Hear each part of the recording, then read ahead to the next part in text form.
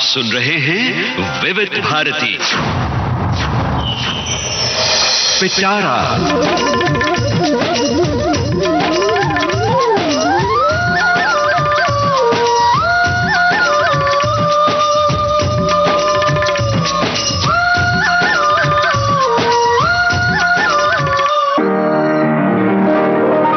आज पिटारा में पेश है आज के मेहमान। अथ स्वागतम शुभ स्वागतम, अथ स्वागतम शुभ स्वागतम, आनंद मंगल मंगलम, आनंद मंगल मंगलम, इस प्रियम भारत भारतम, हितप्रियं भारत भारतम, स्वागतम शुभ स्वागतम, अथ स्वागतम।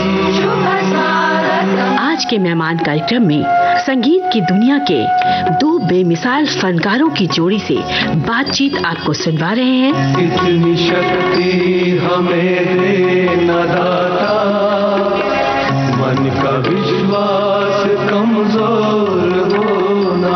ये है संगीतकार कुलदीप सिंह और उनके पुत्र गजल गायक जसविंदर सिंह। तुमको देखा तो ये ख्याल आया, और इनसे बातचीत की है यूनुस खान ने। झुकी झुकी सी नजर बेकरार है कि नहीं। आज सुनिए इस कार्यक्रम का पहला भाग।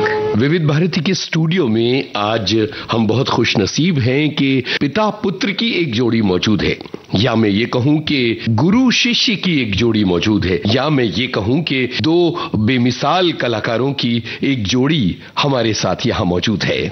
यूं तो क्या क्या, यूं तो क्या क्या नजर नहीं आता, कोई तुमसा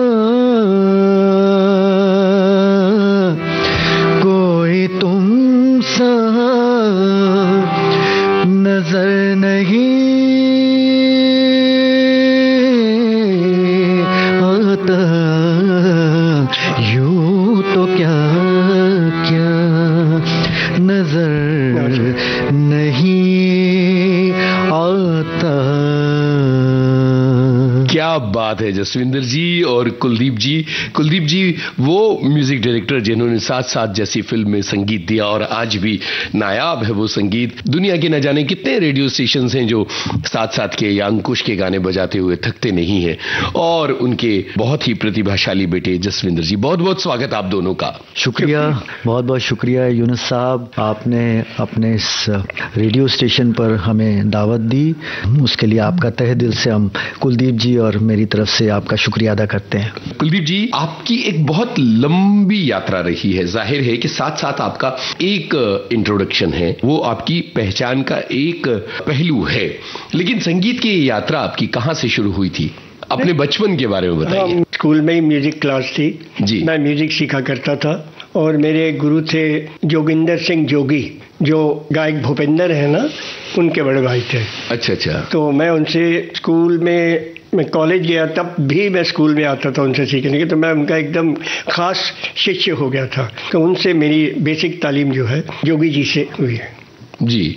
और फिर आगे चल के आपने ये कब तय किया कि संगीत की ही दुनिया में आगे बढ़ना है और कुछ नहीं यार? करना? ये मैंने तय नहीं किया, ये मुझसे करवाया गया। मैं तो कॉलेज गया, साइकोलॉजी में मैंने एमए की, और मैं लंदन स्कूल ऑफ केमिस्ट्री में कुछ मैंने भरा था फॉर्म, लेकिन मुझे एडमिशन नहीं मिली। तो मैं छोटा मोटा कुछ ना कुछ कर रहा था, लेकिन मुझे ऐसा लगता नहीं था कि मैं म्यूज़िक को एज ए प्रोफेशन करूँगा। लेकिन मेरे कॉलेज में ही वो रमन कुमार पढ़ते थे, जो मेरे से जूनियर थे, इस फिल्म के डायरेक्टर थे साथ साथ के। तो वो मुझे हमेशा कहते थे अगर मैं फिल्म बनाऊंगा तो म्यूज़िक आपको ही करना, बस ये तय हुआ तो मैंने आ गया। क्या बात है। तो जब साथ साथ बन रही थी, और मुझे ये पता है कि उन्होंने जावेद साहब से जब लिखने को कहा तो वो भी अपने आप में एक पूरी कहानी है। तो इसके म्यूजिक के पीछे की कुछ दिलचस्प बातें हमें बताइए, कैसे काम शुरू हुआ था ये? एक तो ये कि जब जावेद साहब के यहाँ हम गए तो उन्होंने ऐसे देखा, अच्छा आप म्यूजिक करेंगे, चलो ट्यून दीजिए। तो मैं बोला ट्यून तो नहीं है मेरे पास, तो फिर कैसे होगा? मैं ला ला ला करके ऐसा करके गाना की धुन नहीं बनाता हूँ, मुझे अल्फाज चाहिए, पोइट्री चाहिए, तो मैं ट्यून में अच्छा तो मैं कुछ भी दूंगा तो आप करेंगे। मैं वो कोशिश करता हूँ। तो उन्होंने हारमोनियम ऐसे ही सामने पड़ा था, तो उन्होंने मुझे एक मुखड़ा दिया, ये बता दे मुझे जिंदगी, प्यार की राह के हम सफ़र, किस तरह बन गए अजनबी। क्या बात है! ये बोल के तो मेरी तरफ से मैंने बोला आप थोड़ा सा आपस में बातचीत कीजिए, मुझे 5-7 मिनट का समय दीजिए। तो मैंने हार्डली 5 मिनट के बाद उनको ये गा के सुनाया, तो बहुत खुश हुए, बोले बस अब ये तय हो गया कि मैं पहले लिखूंगा और फिर आप धुन बनाएंगे। तो इस तरह से सारे गाने उन्होंने लिखे खुद। तब इसीलिए अल्फाज कितने अच्छे हैं ये साथ के गानों के जी, क्योंकि वो किसी धुन में उनको कोई बंदिश नहीं रखी। ये बात है। क्या बात है! तो यहाँ ये बता दे मुझे जिंदगी सुनना बहुत जरूरी है, इससे जुड़ी हुई बातें हमने की है। ये बता दे मुझे जिंदगी,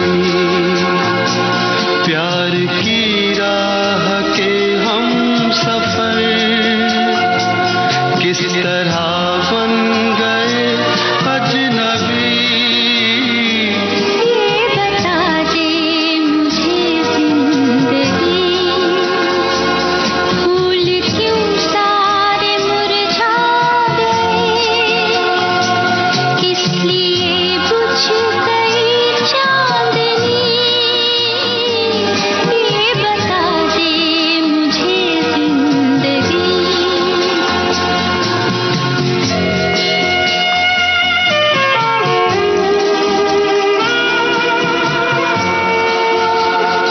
कल जो बाहों में थी और निगाहों में थी, अब वो गर्मी कहाँ खो गई।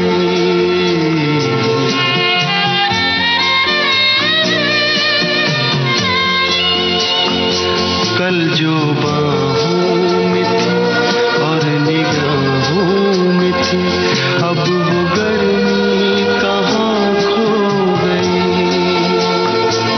ना वो अंदाज है, ना वो आवाज़ है,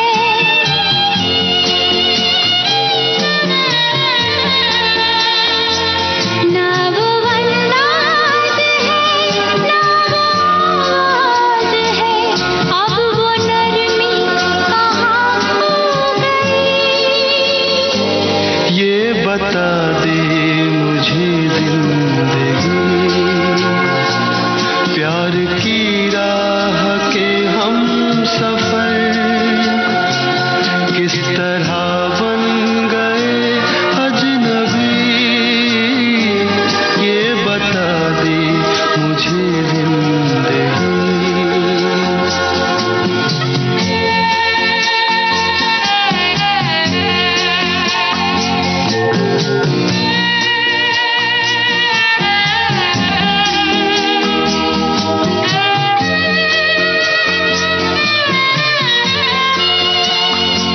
बेवफा तुम नहीं, बेवफा हम नहीं, फिर वो जज्बात क्यों सो गए।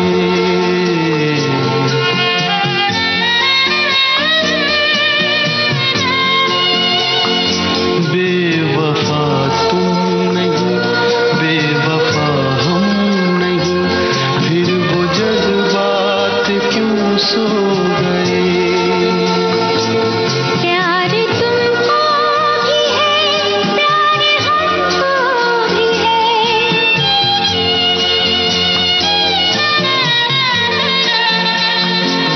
प्यार तुमको भी है, प्यार हमको भी है, फासले भी ये क्यों हो गए। ये बता दे मुझे जिंदगी, प्यार की राह के हम सफर,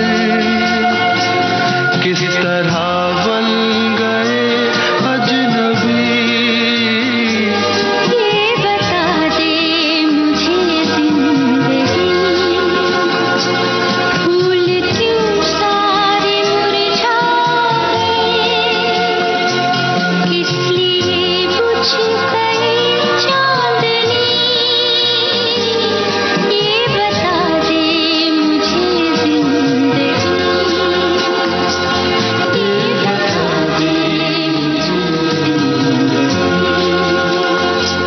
साथ फिल्म की ये रचना हमने सुनी। हम बात कर रहे हैं कुलदीप सिंह और जसविंदर सिंह से। जसविंदर जी, बचपन से आपने घर में संगीत देखा है जी, और अपने बचपन के दिनों में बताइए कि किस तरह से डैडी को देखा करते थे आप और किस तरह का माहौल था वो। देखिए, जैसे मैं एक संगीत परिवार को बिलोंग करता हूँ और मेरे जो फादर हैं कुलदीप जी, वो मेरे गुरु भी हैं, पहले गुरु हैं। तो बचपन से ही मैं इनको सुनता रहा हूँ, इनको देखता रहा हूँ। जैसे एक बच्चा देखता है अपने फादर को काम करता हुआ, तो इनकी जो रिकॉर्डिंग्स हुआ करती थी, कई बार मैं साथ में जाया करता था। कभी बैग पकड़ लेना, कभी हारमोनियम उठा लेना।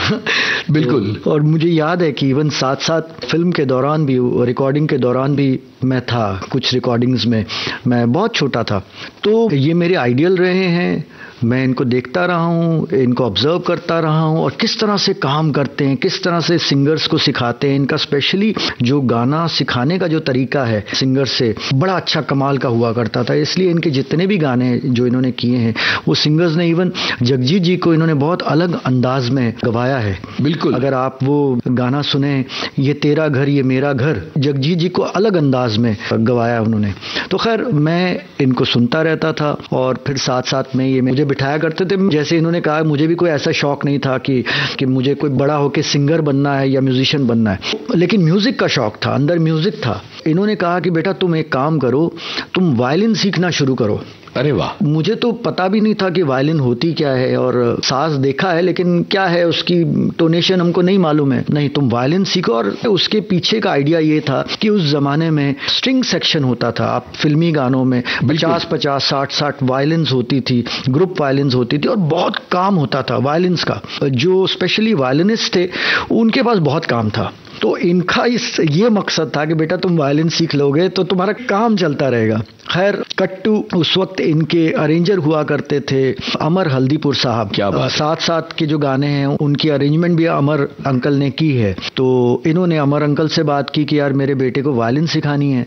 तो उन्होंने कहा यार मैं एक टीचर को जानता हूं जो कमाल के टीचर हैं, इंडिया में एक ही टीचर हैं ऐसे वायलिनिस्ट हैं, वायलिन टीचर हैं, जिनका नाम है मिस्टर मेलबर्न हेलोविन।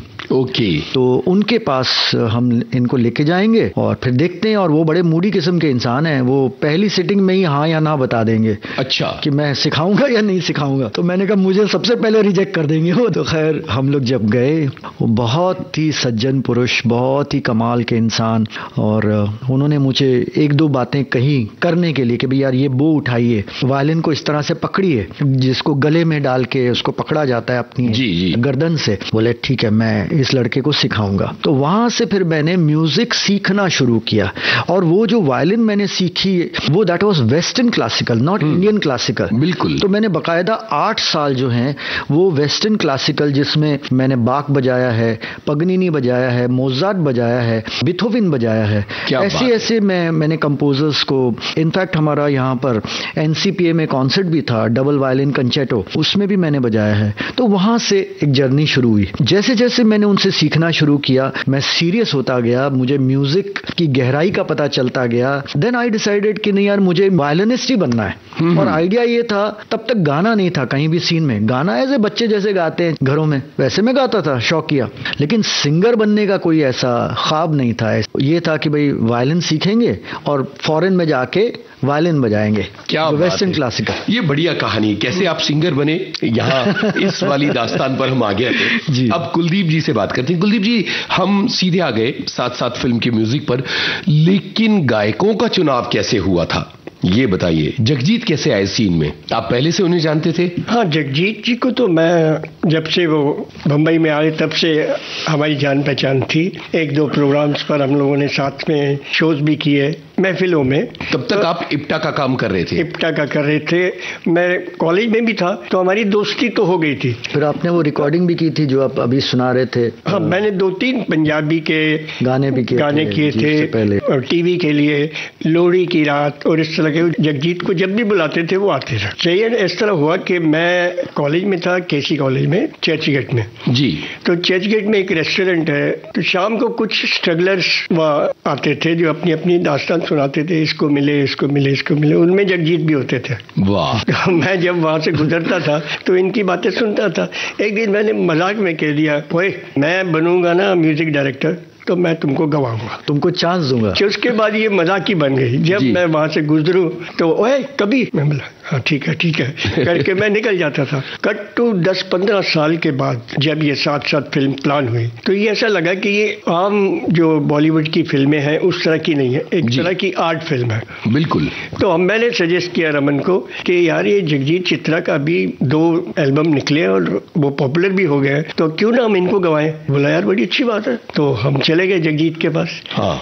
गए तो दूर से जैसे अंदर घुसे थे पहले, ओए मेरा म्यूजिक डायरेक्टर आ गया। तो देखो इतने सालों के बाद भी वो याद था वो। हाँ, मेरा म्यूजिक डायरेक्टर आ गया। क्या प्यारी बात है। हम अपने सुनने वालों को बता दें कि शंकर जयकिशन बैठा करते थे और उनके नाम से तो बहुत मशहूर रहा है वो रेस्टोरेंट। और एक दौर था जब वो सदाबहार हुआ करता था, कलाकारों की शामें वहां बीतती रहती थी, सामने जयदेव जी बैठा करते थे एक रेस्टोरेंट में। तो क्या माहौल उस वक्त रहा करता होगा। खैर, साथ साथ के गानों की सिटिंग से जुड़ी कुछ घटनाएं हमारे साथ बताइए। यार इतने प्यार से जगजीत और चित्रा दोनों ने ये गाने सीखे मुझसे। अपनी कोई वो नहीं, कभी कभी बीच में बोलता यार यहाँ मैं मुर्गी ले लूं, मैं बोला नहीं ये ऐसे ही जाएगा, मुझे ऐसे ही चाहिए। तो अच्छा ठीक है, तुमको ऐसा लगता है तो ऐसे ही लगा। तो इस तरह से बड़े प्यार से, और ना कोई रिम्यूनरेशन की भी कोई बात नहीं की जी, दे दोगे तो ठीक है, नहीं तो कोई बात नहीं। इतने प्यार से उन्होंने मेरे से। जगजीत बहुत शरारती और जिंदा दिल व्यक्ति थे, तो उनकी बदमाशियां तब भी चलती रहती थी। आपके तो दोस्त थे। खैर मेरे साथ नहीं हुई, लेकिन चलती रहती थी। मैं देखता था कि चित्रा हमेशा उनको डांटती थी। अच्छा, तो ये सारा सिलसिला चलता चला जा रहा था। तो गानों की रिकॉर्डिंग से जुड़े कुछ किस्से जरूर होंगे, वो भी बांटिए। यार एक खास गाना है जी, प्यार मुझसे जो किया तुमने तो क्या पाओगी, मेरे हालात की आंधी में बिखर जाओगे। तो उसके कम से कम 10-12 टेक हुए, और खासकर जो आखिरी जो लाइन थी ना, क्यों समझती हो मुझे भूल नहीं पाओगी, वो जगजीत से पता नहीं आ ही नहीं रहा था किसी हिसाब से नहीं। तो मैं बोला था नहीं यार चल ठीक है जैसा है, नहीं कुलदीप जैसे तूने बताया वैसे ही आना चाहिए। एक स्टेज आई तो वो रिकॉर्डिस्ट थे दमन सूद, उन्होंने उठा के टेप हम इधर मारी। अब मैं रिकॉर्ड नहीं कर, सुनते सुनते फिर कान में इतने सारे कट्स हो चुके आदि हो जाते हैं। तो फिर हम दूसरी स्टूडियो में गए, रेडियो जैम, वहाँ ये लाइन रिकॉर्ड हुई। अरे वाह, मतलब स्टूडियो भी चेंज हो गया। वो कहते उन्होंने इनकार कर दिया, अब इससे ज्यादा मेरे में दम नहीं है, मैं नहीं करूंगा। अच्छा, और उसके बाद जब म्यूजिक रिलीज हुआ तो ये समझिए कि तब से लेके आज तक ये गाने लोग सुनते हुए थकते नहीं हैं।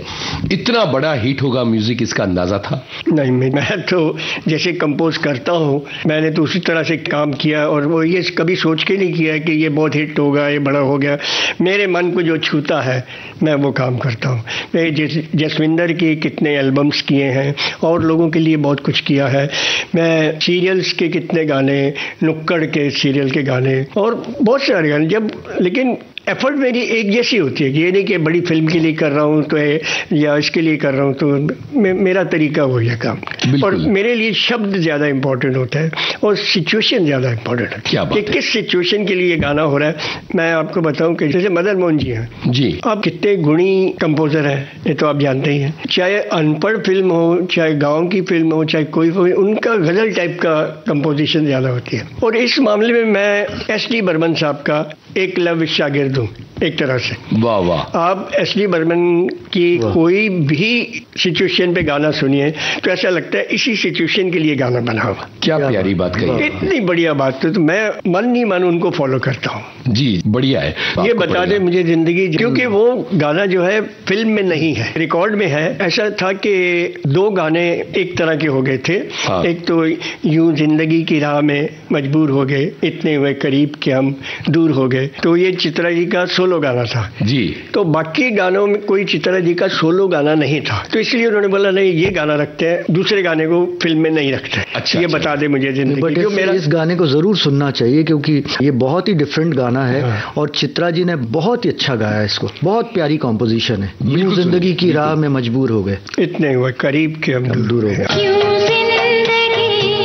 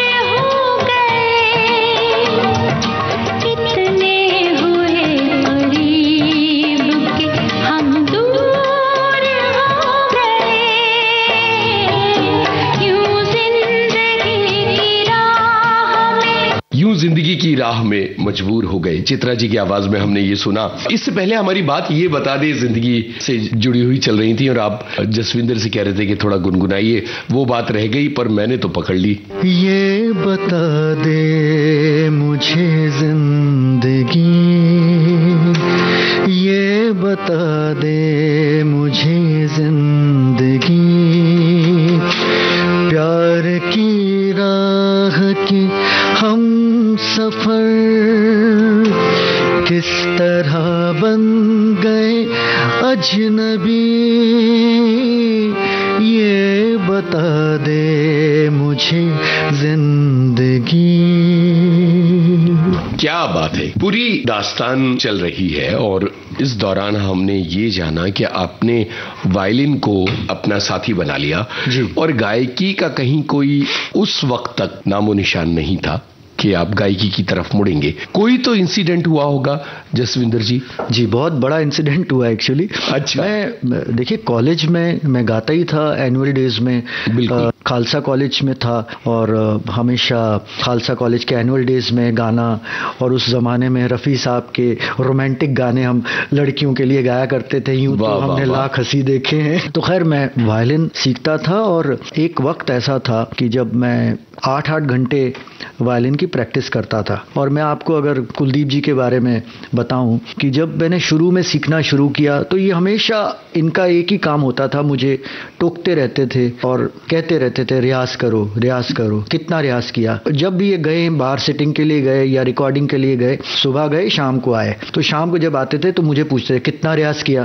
तो मैं कहता था आधा घंटा किया बस। फिर उसके बाद 1 घंटा करना शुरू किया, फिर 2 घंटा करना शुरू किया, तो आए कितना रियाज किया आज, मैंने कहा 2 घंटे बस। क्या यार, ये तो अब बच्चा है जो उनको अंदर से इरिटेशन, यार कभी खुशी नहीं होते यार, बस हमेशा बस आधे घंटे से 1 घंटा, 1 घंटे से 2 घंटा हो गया, 3 घंटा हो गया, 4 घंटा हो गया, 5 घंटा हो गया, 6 घंटे हो गए। अच्छा। हाँ, 8 घंटे हुए। तो एक दिन आए, मैंने कहा आज तो मैं इनको बता दूंगा यार, मैंने 8 घंटे नॉन स्टॉप प्रैक्टिस की है। तो बोले कितना रियाज किया, मैंने कहा 8 घंटे। बोले बस। उस दिन बड़ा गुस्सा आया, लेकिन वो आज समझ आता है कि हम कितने नादान थे, कितने हमको समझ नहीं थी, और उस जमाने का उस वक्त का जो रियाज था वो आज हमको काम आता है। बिल्कुल बिल्कुल। तो ये है कि मैं वायलिन प्रैक्टिस करता था 8-8 घंटे, और मैं एक ऐसी स्टेज पर पहुंच गया था कि कुछ ऐसे पीसेस मैंने सीखे थे या मैं बजा रहा था जो इंडिया में बहुत कम लोग बजाते हैं। जी बिल्कुल। जिस तरह से पगनीनी कैप्रिसेस नंबर 5, जिप्सी ईयर्स, ऐसे पीसेस जो सुरेश लालवानी, वो भी हमारे सर के स्टूडेंट थे, जितेंद्र ठाकुर हैं इंडस्ट्री में। तो ये गिने चुने कुछ लोग हैं जो ये पीसेस बजाते थे, क्योंकि इसकी टेक्निक होती है, ये एक आम म्यूजिशियन वायलिनिस्ट नहीं बजा सकता। और मुझे आज भी याद आता है कि वो जो जिप्सी ईयर्स था वो मैंने 1.5 साल सीखा था। एक 6 मिनट का पीस जो था वो 1.5 साल उसकी प्रैक्टिस मैंने की थी। तो हमारा यही प्लान था, सर कहते थे यार हम लोग एक ट्रायो बनाएंगे और हम लोग वर्ल्ड टूर पे जाएंगे। बट हुआ ये कि एक दिन अचानक से सुबह के वक्त, मुझे आज भी याद है कि सुबह शायद 7, 7:30 बजे फोन आया और मुझे कहा कि यार जसविंदर आपके सर गुजर गए, ही इज नो मोर। तो मैं बहुत ज्यादा उनसे अटैच था, मेरा बहुत प्यार था, मेरे लिए जैसे भगवान होते हैं ना। तो मैं बस बहुत ज्यादा, मेरा दिल टूट गया, बहुत मैं अपसेट हो गया। और उसके बाद से फिर मैं वायलिन को मैं टच ही नहीं कर पाया, यानी आई कुडंट होल्ड वायलिन। बस फिर वो मेरा, जैसे सर गए मेरी वायलिन भी छूट गई। लेकिन उससे पहले मुझे एक किस्सा याद आता है कि मेरे सर के जाने से 2-3 महीने पहले मेरे सर ने कहा यार Jaswinder, I know you sing very well, तुम अच्छा गाते हो, मुझे अपनी कोई रिकॉर्डिंग सुनाओ। तो ऐसे ही घर पे जो भी रिकॉर्ड किया था वो एक दिन मैंने उनको, मुझे समझ नहीं आया कि उन्होंने ऐसा कभी कहा नहीं कि अपना गाना सुनाओ। तो मैंने उनको जाके सुनाया और उन्होंने सुना, थोड़ा पॉज लिया, बोले yes you have a very good voice and I am happy. तो उस वक्त मुझे ये बात समझ नहीं आई कि उनका क्या मकसद क्या था, क्योंकि कहीं ना कहीं उनको ये पता था कि वो जाने वाले हैं। क्योंकि मैं उस स्टेज पर था कि जहां ना मैं बहुत ऊपर था ना मैं बहुत नीचे था, मुझे उनके सहारे की, उनकी गाइडेंस की जरूरत थी। वो वो मतलब अगर और 2-3 साल अगर होते तो शायद मैं कहीं और होता एज अ वायलिनिस्ट। जी जी। तो ये उनके जाने के बाद में मुझसे वायलिन उठाई नहीं गई और मैंने फिर वायलिन छोड़ दी और फिर उसके बाद में मैंने गाना सीखना शुरू किया। अच्छा। जो बाकायदा तालीम लेनी शुरू की, फिर मैं डैड के साथ बैठने लगा और मुझे आज भी याद है कि जो पहली गज़ल जो मुझे डैड ने सिखाई वो शायद 1 साल एक ही गज़ल हम गाते रहे, एक गज़ल को उसकी नुएंसेस को समझते रहे। तो कई बार मैं इरिटेट हो जाता था, यार एक ही चीज़ जैसे समय तक चल रही है। हाँ, देखिए आप छोटे होते आपको नहीं समझ आती है जी, क्योंकि आपको भागना होता है, आपको उड़ना होता है। जैसे इवन क्लासिकल में भी अगर आपको क्लासिकल सीखना है, शास्त्रीय संगीत सीखना है, तो आप पहला जो राग सीखते हैं उसको सबसे ज्यादा टाइम लगता है। बिल्कुल। एक ही राग को, चाहे वो भैरव हो या यमन हो, ज्यादातर टीचर्स जो हैं वो यमन के साथ, भैरव के साथ शुरू करते हैं जी। तो वो राग जो है वो 1-2 साल कई बार सिखाते हैं वो, क्योंकि एक राग अगर आपको आ गया, उसकी जो ग्रामर आ गई, उसकी समझ आ गई, तो फिर दूसरे राग महीने में हो जाते हैं, 10 दिन में हो जाते हैं, 15 दिन में हो जाते हैं, 5 दिन में हो जाते हैं, क्योंकि आपकी समझ उतनी, आपका गला और आपकी समझ उतनी डेवलप हो चुकी है। सही है। तो इसी तरह से मैं, कुलदीप जी मेरे फादर हैं, मेरे गुरु हैं, जो भी आज मैं जितना भी थोड़ा बहुत हूँ वो इन्हीं के आशीर्वाद से और इनकी गाइडेंस की वजह से हूँ। और इन्होंने जो डांटा है मुझे, फिर उसके बाद में इनसे तो मैं गज़ल सीखता ही था, मुझे पलटों का रियाज करवाते थे। फिर इन्होंने कहा कि बेटा तुम क्लासिकल सीखना शुरू करो जी, अगर तुमको गाना ही है, अगर if you want to take singing as your profession, तो तुम किसी अच्छे क्लासिकल सिंगर के पास, टीचर्स के पास जाओ। फिर मैं पंडित अजय पोहनकर जी के पास गया। फिर उसके बाद उनकी जो माता जी, जो उनकी गुरु थी, डॉक्टर सुशीला ताई पोहनकर जी, फिर उनके पास मैं एक 7-8 साल रेगुलरली जाता रहा और उनसे शास्त्रीय संगीत, बड़ा ख्याल, छोटा ख्याल, ताने पलटे, वो सब चीज़ें मैंने उनसे सीखी। बीच में एक जिक्र हुआ कि एक गज़ल को पिताजी ने पूरे साल सिखाया जी, तो हम चाहेंगे ये वो गज़ल आप हमें सुनाएं। हाँ, तो 1 साल का मतलब ये था कि आउटलाइन तो 1-2 दिन में बन जाती है जी। अब उसको इम्प्रोवाइज करना, हर फ्रेज को अलग अलग ट्रीट करना, ये सारी बातें वो मैंने जानबूझ के इतना टाइम इसलिए लगाया कि इसको आदत हो जाए कि जब इसके सामने कोई चीज आए तो इसको अलग अलग ढंग से कैसे गा सकता। क्या बात है। तो वो अलग अलग ढंग से जो एक पूरा मकसद था। It was like a lesson, एक लेसन के जैसे कि उसको अलग अलग तरीके से कैसे गाना है, तो उसमें अलग अलग जगहें कैसे लेनी है, लफ्जों को किस तरह से बोलना है। तो वो मैं सुनाता हूँ थोड़ी सी, मुझे जो जरूर जरूर। जज्बाए दिल गर मैं चाहूं, ऐ जज्बाए दिल गर मैं चाहूं, हर चीज मुकाबिल आ जाए, मंजिल के लिए 2 गाम चलूं, मंजिल के लिए 2 गाम चलूं, और सामने मंजिल आ जाए, और सामने मंजिल आ जाए, ऐ जज्बाए दिल गर मैं चाहूं। क्या बात है। तो ये वो गज़ल थी कुलदीप जी। जी, हर अंतरे में हम चाहते थे कि इसको थोड़ा सा अलग ट्रीट करें। पर्पस यही था कि जसविंदर खुद समझने लग जाए कि गज़ल कैसे गाई जाती है। क्या बात है। तो आप देखिए, अब मेरी जरूरत नहीं है, वो इतना बढ़िया नहीं, ऐसा नहीं है। और अच्छा मैं आपको बताऊं कि डैड कुलदीप जी हमेशा ही, मुझे आदत सी हो गई थी इनकी टोका टाकी की, कि हर बात पे, हर गज़ल जब भी मैं इनको सुनाऊं, यार थोड़ा ऐसा कर लो, थोड़ा ये कर लो, ये ठीक नहीं है, वो ठीक नहीं है, ऐसा नहीं है, वैसा नहीं है। तो तो मुझे आदत हो गई थी। तो मुझे आज भी याद है कि जब मैंने थोड़ा ठीक ठाक गाना शुरू किया तो मैंने जब इनको सुनाया तो इन्होंने कुछ नहीं कहा, तो मुझे लगा कि शायद गलती हो गई। तो बोले नहीं, आज मुझे इत्मीनान हो गया कि अब तुमको समझ आने लग गई है, अब तुम सही डायरेक्शन में हो। और इसी से जुड़ा एक और किस्सा मैं जरूर आपसे शेयर करना चाहूंगा कि मुझे आज भी याद है कि मैं शायद 16-17 साल का रहूंगा, तो उस वक्त पृथ्वी थिएटर में एक खास प्रोग्राम था, मुझे याद नहीं है कि किसकी याद में था, लेकिन वो एक बहुत ही लिटरेरी प्रोग्राम था, शेरो शायरी का, जिसमें कैफी साहब बैठे हुए हैं, जावेद साहब ये सब तो हैं ही हैं, अली सरदार जाफरी साहब हैं, शशि कपूर हैं और तमाम जो यहाँ के जो बड़े समझदार लोग हैं बैठे हुए हैं। अच्छा, उसमें मुझे इन्होंने दे दिया एक फैज़ की गज़ल गानी, फैज़ के नाम पे थी वो शाम। जी जी। तो कोई फैज़ की नज़म थी, शायद मुझे गानी थी।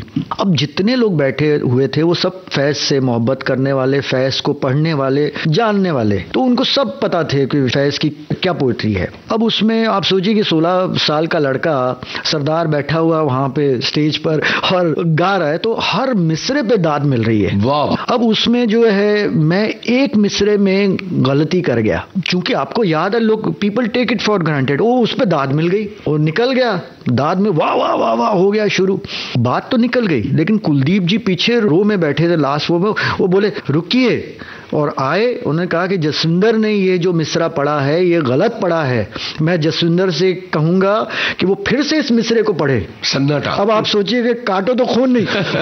अब उस वक्त गुस्सा भी आया, अंदर तकलीफ भी हुई कि यार इतनी भरी महफिल में इतने बड़े लोगों के सामने इन्होंने मुझे टोक दिया कि भाई यार मैं, लेकिन वो चीज आज समझ आती है कि वो गलती आज हमसे नहीं हो सकती। बिल्कुल, वो एक बुनियाद बन रही थी। और इन्होंने हमेशा ये कहा कि बेटा अगर गजल गानी है ना, देखिए there is a difference between गवैया एंड ए गजल सिंगर।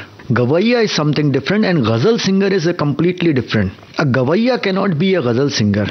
जी। तो अगर गजल गानी है तो गजल में सबसे पहले पोइट्री है, पहले उसके लफ्ज हैं। जैसे पहले भी अर्ज कर रहे थे कि मैं पहले पोइट्री को सुनता हूँ, देखता हूँ, लफ्जों को देखता हूँ, उसके बाद धुन बनाता हूँ। तो इन्होंने कहा कि सबसे पहले पोइट्री है, जो शायर कहना चाहता है उसके तासुरात, उसके जो जज्बात, उसको पहले बयां करना है, उसके बाद में फिर आपकी गायकी या कोई आपका इम्प्रोवाइजेशन आती है।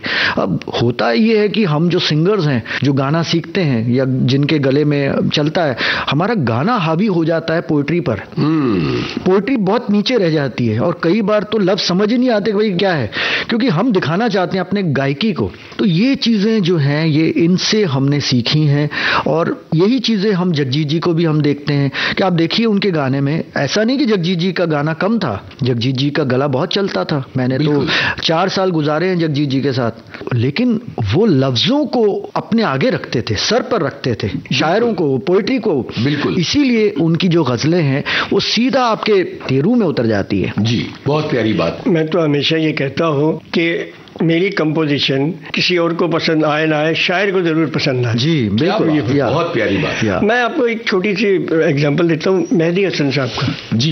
ये बेसिकली क्लासिकल सिंगर थे, रेडियो में गाते थे। अब जब ये 47 हुआ तो वहाँ पर रेडियो में बैन हो गया गाना, से बेचारे भूखे मरने की नौबत आ गई। और थे तो मारवाड़ी वो, बिल्कुल, वहाँ से उर्दू भी नहीं जानते थे। फिर इनको एक गुरु मिला जिन्होंने इसको उर्दू सिखाई, फिर गजल सिखाई, बातें गजल क्या होती है, तब कुछ हुए। अदरवाइज जैसे कहा ना क्लासिकल वाला गजल नहीं है, तो फिर उन्होंने गजल बाकायदा सीखी, गजल कैसा गाना। तो आपको पता ही मेहदी हसन साहब क्या।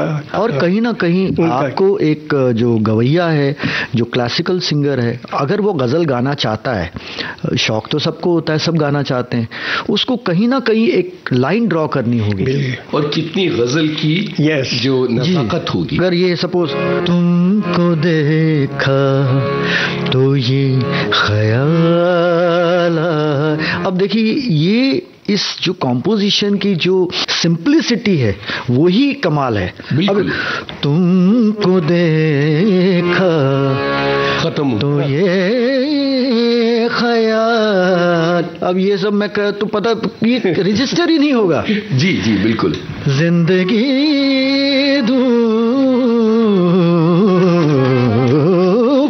अरे धूप कहाँ है और मैं कहाँ जा रहा हूँ।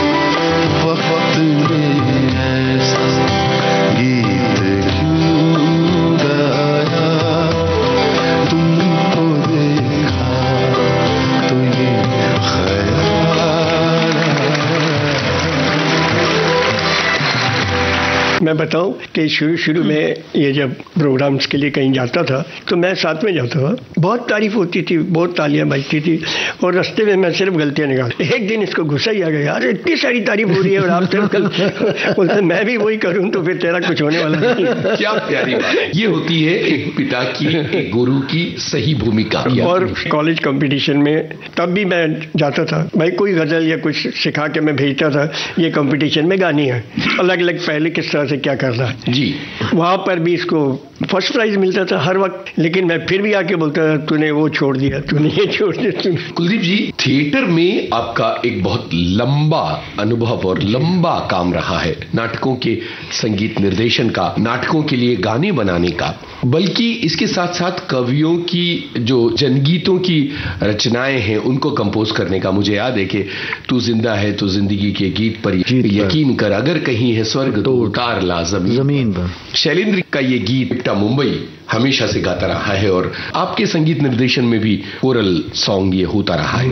तो नाटकों के संगीत से जुड़े अपने अनुभव हमारे साथ बांटिए और साथ में ये जो जनगीत आपने कंपोज किए उनमें से कोई एक जनगीत की बात भी हम करेंगे। रमेश तलवार फेमस डायरेक्टर, बिल्कुल, वो मेरे बचपन के दोस्त हैं, हम लोग साथ में खेले हैं, स्कूल में कॉलेज में साथ में पढ़े हैं, तो उसका फिल्मों के साथ संबंध हो गया, फिर नाटकों के साथ भी हो गया, उनके चचा सागर सरहदी साहब की वजह से। फिर एक प्ले हुआ जो गालिब की जिंदगी के ऊपर मेन था, जो आखिरी शमा, जिसको बलराज साहनी साहब गालिब का रोल कर रहे थे जी। तो उनको चाहिए था कि एक फकीर एक गालिब की गजल गाता हुआ आता है स्टेज पर, और लेकिन उस फकीर को पता नहीं है कि ये कलाम किसका है, कहीं से मिल गया और गाता हुआ आता है, और फिर गालिब के साथ उनके 2-4 बातें होती हैं। तो रमेश तलवार ने मेरे को बोला तुम करोगे? मैं बोला छोड़ यार, नहीं देख तू ये गाने का काम है और कुछ नहीं है। मैं बोला चल ठीक है, मैं मान गया। और वो मैं गाते हुए आता हूँ, फिर गालिब साहब से 1-2 बातें होती है, वो पूछते हैं शाह साहब ये गज़ल आपको कहाँ से मिली? तो मैं कहता हूँ यार फकीर की झोली में सभी कुछ ना कुछ डाल देते हैं, कहाँ से क्या मिला मुझे तो पता नहीं। क्या बात है, कह के मैं गुजर जाता हूँ। इतनी क्लेपे होती कुछ कहने की बात। ये सबसे पहले शो हुआ था दीवाने आम में दिल्ली में, गालिब सेंटिनरी ईयर था 1969 जी। वहाँ मेरी एंट्री हुई थिएटर में, तो उसके बाद मैं थिएटर वाला होके रह गया। वो गजल कौन सी थी? कोई दिन दीगर जिंदगानी और है? नहीं नहीं नहीं, दर्द मिन्नत कशे दवा न हुआ, वाह, मैं न अच्छा हुआ बुरा न, मैं डफ बजाते बजाते स्टेज बाल खुले ऐसे, और क्या बात है, क्या हम इमेजिन कर सकते हैं कि क्या गजब का रूप रहा होगा। वो मेरे पास है जी, तो आप गाएंगे हमारे लिए?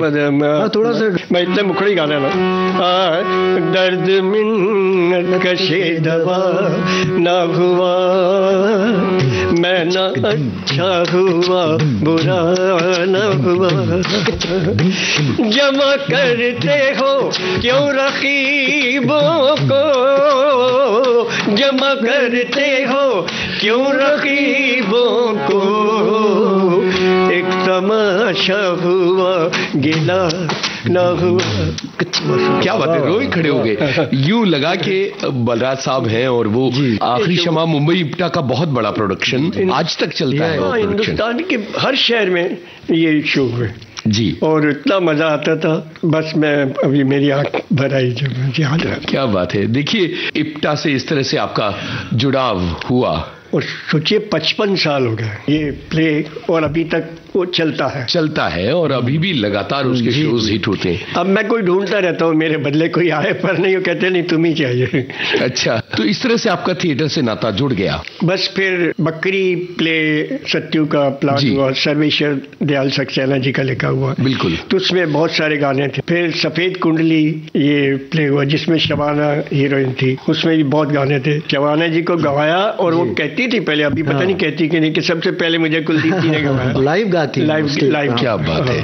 फिर उसके बाद सफेद कुंडली, मोटे राम का सद्दा, फिर होता ही है, मतलब मैंने फिल्मों की तरफ देखा ही नहीं। कोई मेरे पास आ गया करने के लिए तो मैंने काम किया, और मुझे ज्यादा की जरूरत नहीं, थोड़े में गुजारा होता है। क्या बात है, शैलेंद्र जी की बात है ना। बिल्कुल, तो बस वैसे ही चलता रहा। तो थिएटर से आपका जुड़ाव लगातार चलता चला गया। वहां आप म्यूजिक भी कर रहे थे और कंपोज कर रहे थे, सारी चीजें चल रही थी, गा भी रहे थे।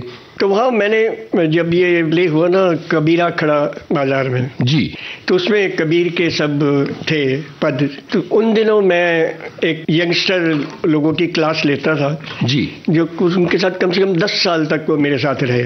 तो उनको मैंने ये सब कबीर के वो सिखाए गाने, और टाइम टू टाइम स्टेज पर आते थे, के जाते थे, और बहुत क्लैप होती थी बहुत।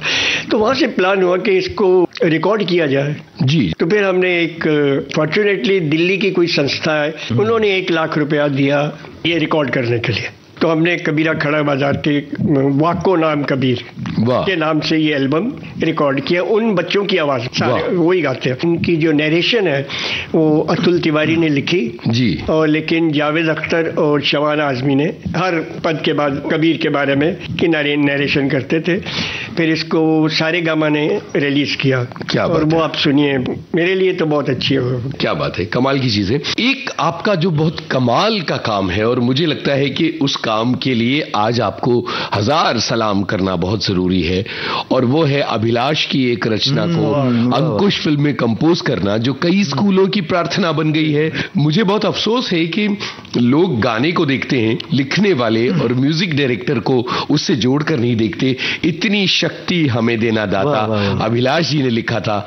कुलदीप जी की कंपोजिशन है जो इस वक्त हमारे सामने बैठे हैं, इससे जुड़ी बातें बताइए। अभिलाष मेरे मित्र तो थे, हम लोग साथ में मिला करते थे, और ये जब फिल्म प्लान हुई तो एन चंद्रा जो इसके डायरेक्टर थे जी, उन्होंने कहा कुलदीप जी आप म्यूजिक करोगे और अभिलाष जी लिखेंगे। और पहला गाना हमारा वो है कि जैसे हमको मन की शक्ति देना, ऐ मालिक तेरे बंदे हम, इस तरह के 3-4 उन्होंने रेफरेंस दिए। उस पैटर्न पे हमको एक गाना चाहिए। नानी और उसकी वो गाते हैं दोनों मिलके, और फिर ग्रुप में कोरस भी आगे भी गाता है, तो हमको वो गाना चाहिए। एक फीमेल वर्जन, एक मेल वर्जन। तो अभिलाष जी ने उसके पहले अच्छे गाने लिखे। वो एक संसार है, एक नदिया, दो किनारे, रफ्तार फिल्म का गाना, बहुत अच्छा गाना, उन्होंने बहुत अच्छे काम किया। लेकिन इस गाने में वो फंस, मतलब वो सामने वही गाने आते थे, मालिक तेरे बंदे हम, ये वो, वैसे तो बात बन ही नहीं रही थी। कम से कम मुझे 1 महीना गुजर गया, और ये चंद्रा जी ने मेरे ऊपर ही छोड़ दिया था कि कुलदीप जी आपको ही फाइनल करना गाना, मैंने आपको सिचुएशन बता दी है, सब बता दिया। तो बेचारे आते थे अभिलाष जी और इतने सारे पेपर्स लेके ये रिजेक्ट रिजेक्ट रिजेक्ट रिजेक्ट, फिर वापस चले जाते थे। एक दिन वो खुद ही नाराज हो गए, कहते यार ऐसा लगता है मुझसे नहीं होगा। मैं नहीं करोगे तुम ही जी। तो साइन में रहता था, तो हम बोला चल थोड़ा घूम के आते हैं। हम बैठे और बातें करते करते बोरीवली तक आ गए और वहाँ एक गन्ने की रस की दुकान में बैठे, हमने रस मंगवाई। और दीप्या, कुलदीप मेरे को दीप्या प्यार से बोलते थे, दीप्या एक गल सुन। मैं बोले क्या? इतनी शक्ति हमें देना दाता, मन का विश्वास कमजोर हो। मैं कहा हो गया। गन्ने के रस की दुकान पर सायन से चल के बोरीवली आए और मुखड़ा आया। हाँ मुखड़ा आया, बस तो फिर गाना हो गया। देखिए ये है क्रिएटिविटी, ये इल्हाम है। अभिलाष जी की एक दिलचस्प बात यह है कि उनका विविध भारती से बड़ा गहरा जुड़ाव रहा। यहाँ वो हवा महल लिखा करते थे और यहाँ वो रेगुलर आते थे और हम लोगों की नियमित मुलाकातें उनके आखिरी वक्त तक होती रही। बहुत ही भले आदमी थे। मैं फोन करता था, बोलते नहीं यार अब नहीं, अब टाल देते थे। पर ये जो गाना लिखा उन्होंने, इतनी शक्ति हमें देना दाता, वाह वाह। यूनुस भाई, लेकिन आपने जो बात कही है उसको मैं इससे आगे ले जाना चाहूँगा कि बिल्कुल सही है कि ऐसे ऐसे गाने हैं जो लोग सुनते हैं, गाते हैं, जो उनके परिवार का, उनके घर का हिस्सा बन गए हैं। ऐसे गाने, इतनी शक्ति हमें देना दाता। लोग जैसे सुबह हनुमान चालीसा करते हैं या भगवान का नाम लेते हैं, इस तरह से प्रेयर बजती है, लेकिन लोगों तक ये बात नहीं पहुँचती यार इसको लिखा किसने है, इसको कंपोज करने वाला कौन है। तो ये मेरे ख्याल से जो है, ये रेडियो जो है आपका विविध भारती, इसमें बहुत बड़ा उनका योगदान है कि आप बाकायदा राइटर्स, म्यूजिक डायरेक्टर्स, सिंगर्स, सबका आप नाम लेते। नहीं तो इट इज अनफॉर्चुनेट। अब हम लोग भी, मैं गाता हूं तो सिंगर जो है वो सारी मलाई ले जाता है, सिंगर ही सारा हीरो होता है। वो सिंगर के हाथ में है कि वो सिंगर कितना राइटर को, पोएट को, कंपोजर को एक्नॉलेज करता है।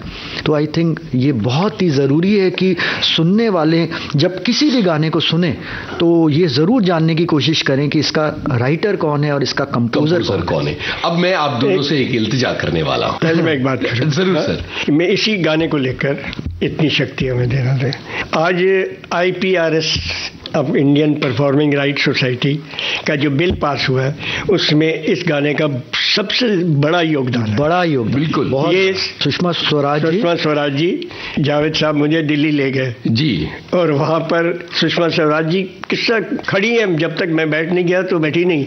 मतलब वो इतनी, इस गाने की वजह से उनको। देखिए, सॉरी मैं आपकी बात काट रहा हूं कि ये जो गाना है ये इतना most shared and played song है। बिल्कुल, है ना। ये ये एक प्रार्थना बजती रहती है ना। आप भगवान का नाम है, भगवान का नाम तो आप दिन में कितनी बार लोगे। तो इसी तरह से, लेकिन आपके माध्यम से मैं ये कहूं कि इस गाने की एक पैसा भी रॉयल्टी मुझे नहीं मिली। वही मैं कहने जा रहा था कि maximum played and shared song है। इवन आज भी सोशल मीडिया में लोग इसी को गाते हैं, शेयर करते हैं, लेकिन इसकी एक पाई इनको मिली नहीं है। मैं चाहता हूं कि आप दोनों मिलके हमारे लिए इतनी शक्ति हमें देना दाता थोड़ा सा गुनगुनाएं जी। इतनी शक्ति हमें देना दाता, मन का विश्वास कमजोर होना। इतनी शक्ति हमें देना दाता, मन का विश्वास कमजोर होना। हम चले नेक रास्ते पे, हमसे भूल कर भी कोई भूल होना। हम चले नेक रास्ते पे, हमसे भूल कर भी कोई भूल होना। इतनी शक्ति हमें देना दाता, मन का विश्वास कमजोर होना। इतनी शक्ति हमें देना दाता, मन का विश्वास कमजोर होना। इतनी शक्ति हमें देना दाता, मन का विश्वास कमजोर होना। हम चले नेक रास्ते पे, हमसे भूल कर भी कोई भूल हो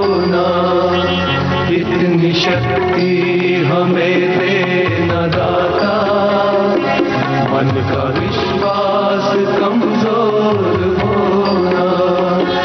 हम चले नेक रास्ते पे हमसे भूल कर भी कोई भूल होना।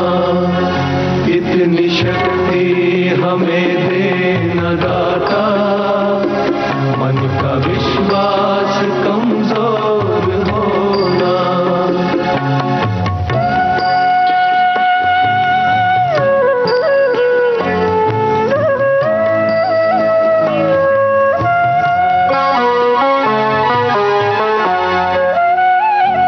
हर तरफ जुल्म है, बेबसी है, सहमा सहमा शहर आदमी है।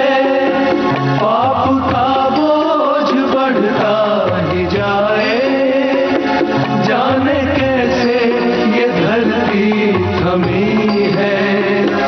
बोझ ममता से तू ये उठा ले, तेरी रचना का ही अंत होना।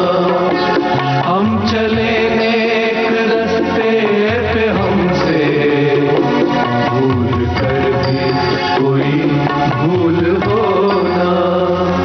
इतनी शक्ति हमें देना दाता, मन का विश्वास कमजोर होना।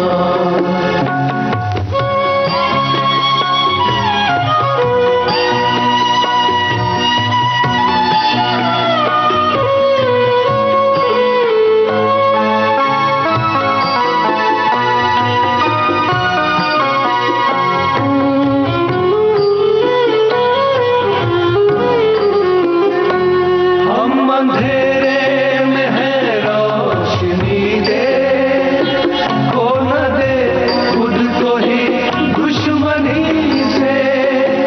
हम सदा पाए अपने दिए की, मौत भी हो तो सहले खुशी से। कल जो गुजरा है फिर से न गुजरे, आने वाला वो कल ऐसा होना। हम चले नेक रास्ते पे हमसे भूल कर भी कोई भूल होना। इतनी शक्ति हमें देना दाता, मन का विश्वास कमजोर होना। इतनी शक्ति हमें देना दाता, मन का विश्वास कमजोर होना।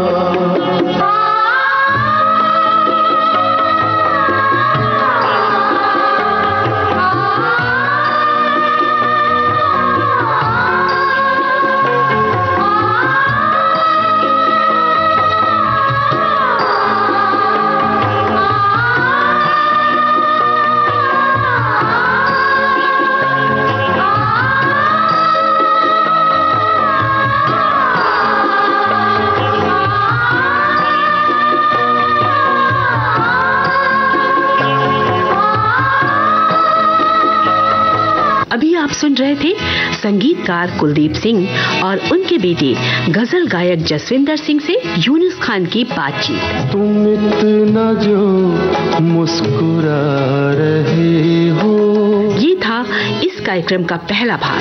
क्या गम है जिसको छुपा रहे हो।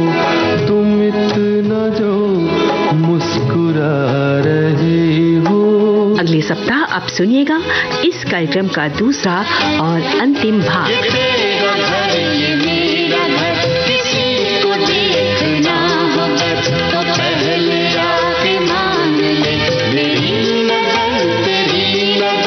इस कार्यक्रम में तकनीकी सहयोग दिया किरण बंग ने।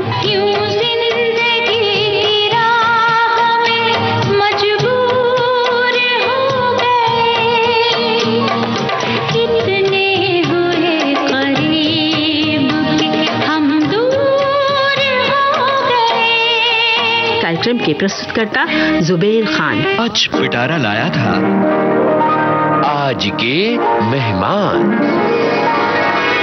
आप आप और हम अब मिलेंगे अगले हफ्ते आज ही के दिन। मगर पिटारा तो भाई हर रोज खोला जाता है। कल भी खोलिए, रोज खोलिए और सुनिए पिटारा पिटारा पिटारा।